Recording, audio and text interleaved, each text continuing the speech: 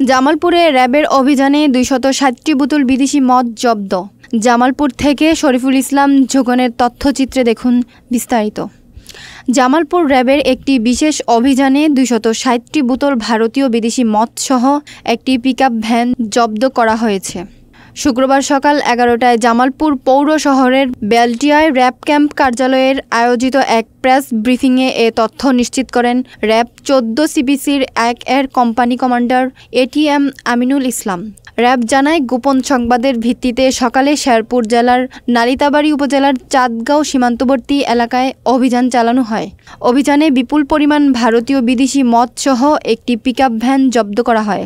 উদ্ধারকৃত মদের আনুমানিক বাজার মূল্য প্রায় ১২,৭২,০০০ টাকা। তবে অভিযানের সময় র্যাবের উপস্থিতি টের পেয়ে মাদক কারবারিরা পালিয়ে যায়। প্রাথমিক তদন্তে ধারণা করা হচ্ছে, এই মদ সীমান্ত পেরিয়ে ঢাকায় পাচার করা হচ্ছিল।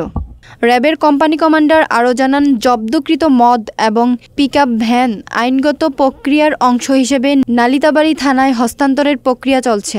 তিনি বলেন, মাদকের বিরুদ্ধে র্যাবের চলমান অভিযান আরও জোরদার করা হবে এবং যারা এই চক্রের সঙ্গে জড়িত তাদের আইনের আওতায় আনার চেষ্টা চলছে।